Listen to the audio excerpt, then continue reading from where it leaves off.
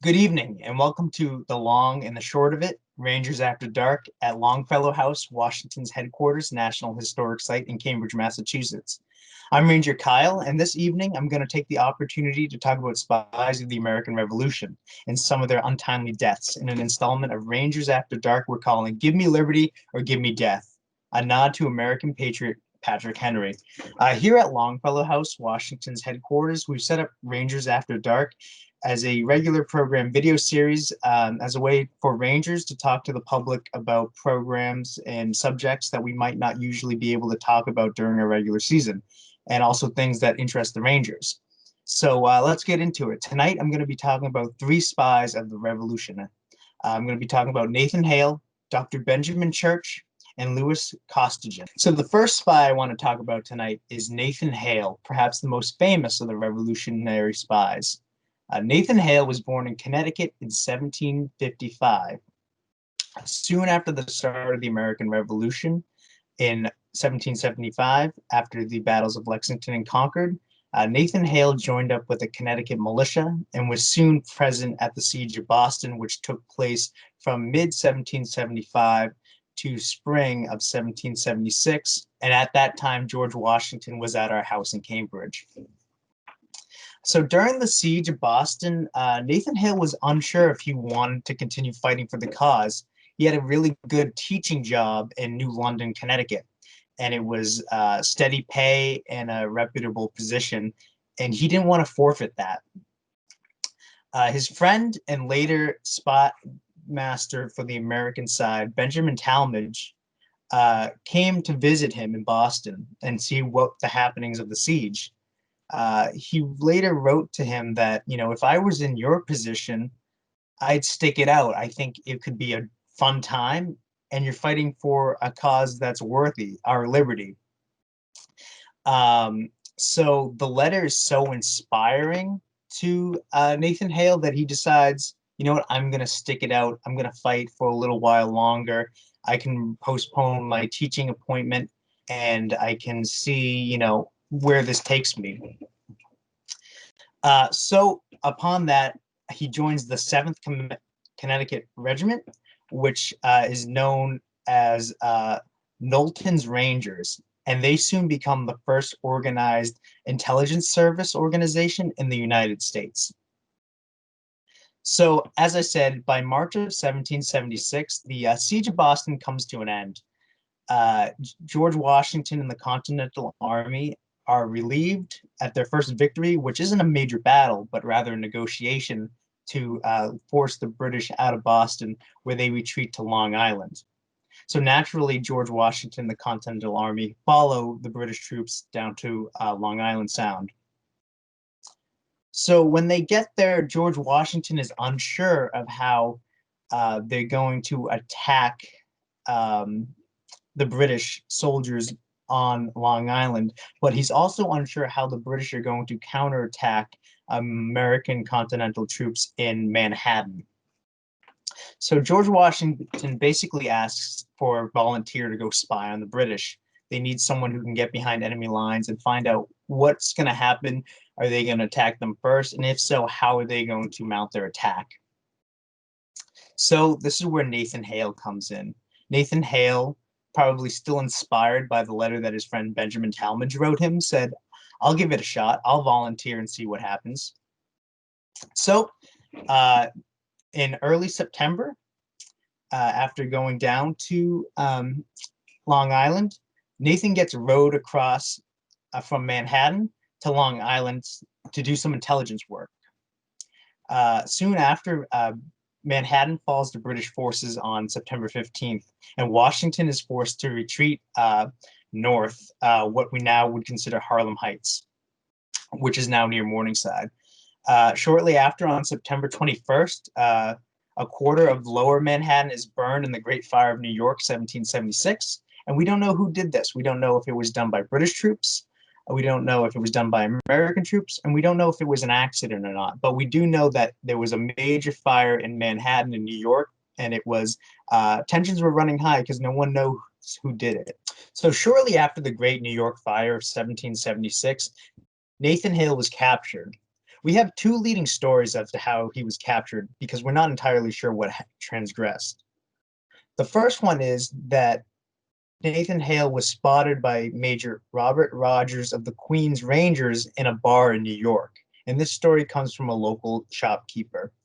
Roberts knew Hale from the Boston area, and even though Hale was wearing a disguise in the bar, he still thought it was him. So, acting on his hunch, he pretended that he himself was a patriot and got information from Hale saying that they were going to exchange some information, tricking Hale to reveal himself as a patriot spy.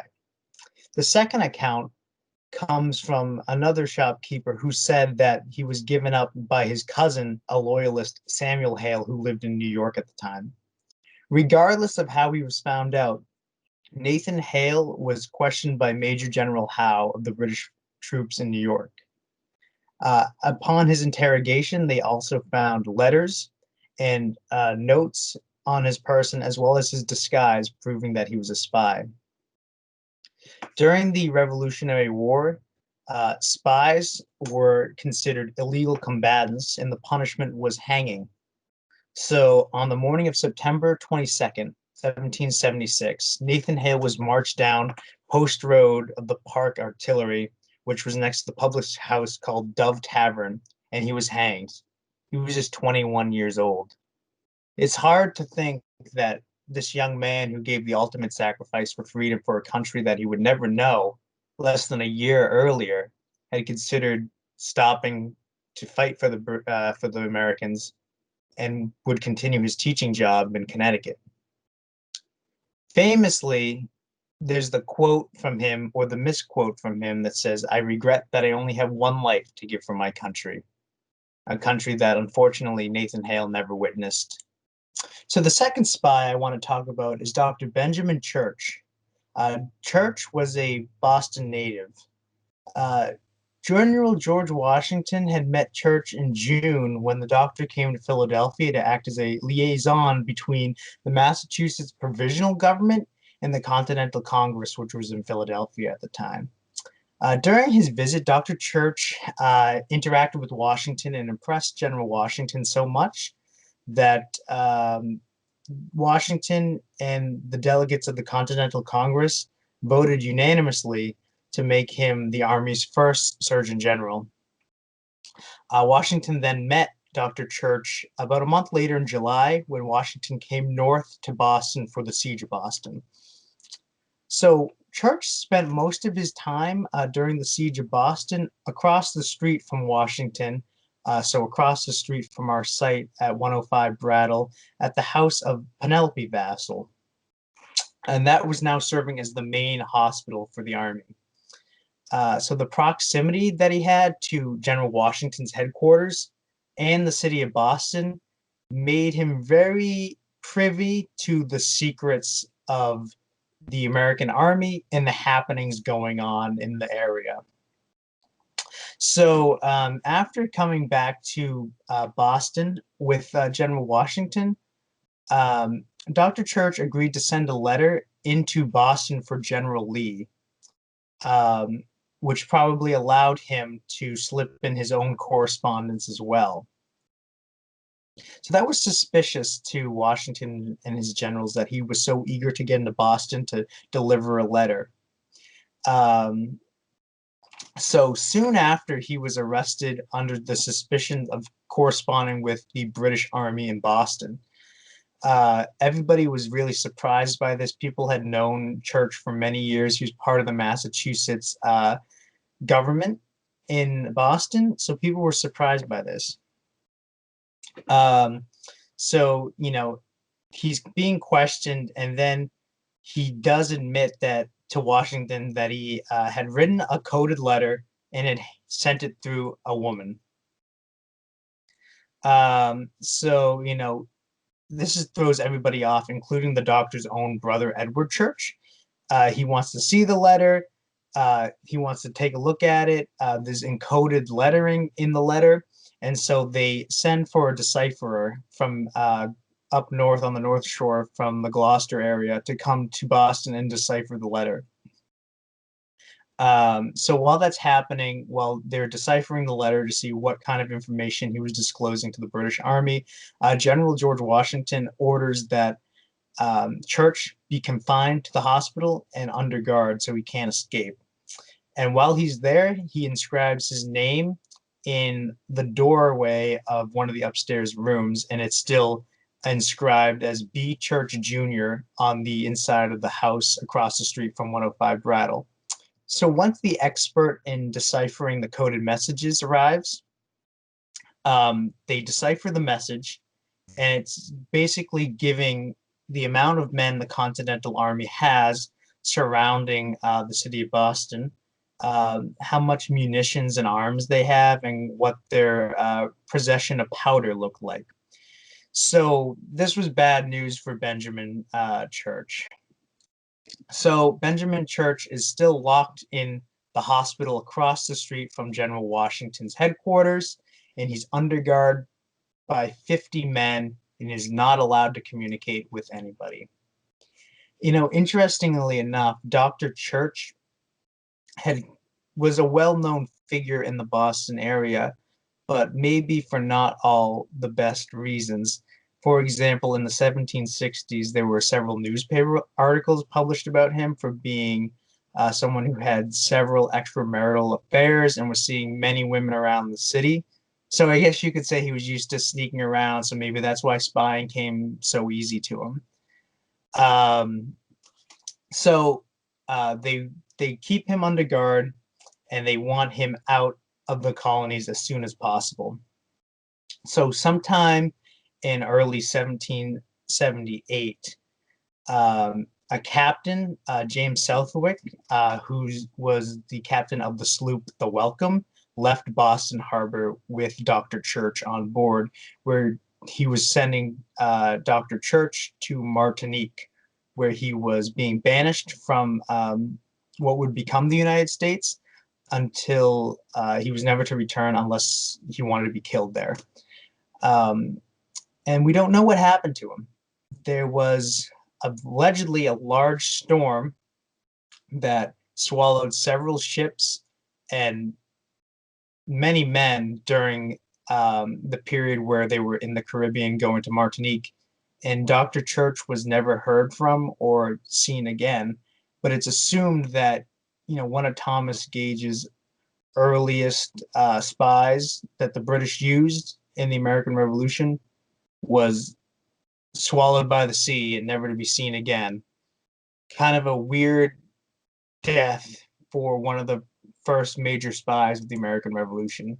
Our third and final spy of the evening is Louis Costigan, also known as Agent Z. Lieutenant Louis Costigan was a really interesting case study into spies of the American Revolution. He supplied valuable intelligence to the Americans behind British enemy lines, but he did it by openly wearing his Continental Army uniform. So his career in espionage began in 1776. Washington sent him to New Brunswick, New Jersey, to report British movements for the Battle of Trenton. Costigan was captured, but he was wearing enough of a uniform at the time to be classified as a soldier rather than a spy. So therefore, he avoided the noose like our earlier friend Nathan Hale, who was hung in 1776. So after shipping him from New Jersey, he was a prisoner of war. There in New York City, he was free to roam around because he was a soldier, and that was part of his pledge that he wouldn't take up arms or communicate with his superiors. So Costigan was exchanged for a British officer in 1778, but rather than returning to his unit, he remained in occupied New York and began collecting intelligence for the Continental Army, which he was legally free to do under the terms of his parole. The British had grown so used to seeing Costigan around New York that they didn't raise any eyebrows when they saw him openly roaming the streets in his Continental Army uniform. Even though he was a spy, they believed he was just a regular soldier and not a spy. Um, he gathered information on everything to number of men, arms, British Army rations, um, and he was called by Washington Agent Z, or under the pseudonym of Z, and he proved to be one of Washington's most valuable agents of espionage. So that about wraps it up for this week's rendition of The Long and the Short of It, Rangers After Dark. I'd like to thank you for joining me for this week's rendition where we talked about spies of the American Revolution and our video entitled Give Me Liberty or Give Me Death.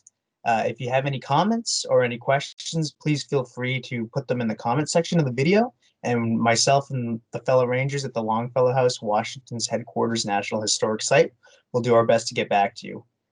So thank you again for joining us, and we hope to see you on next time. Thank you so much. Have a good night.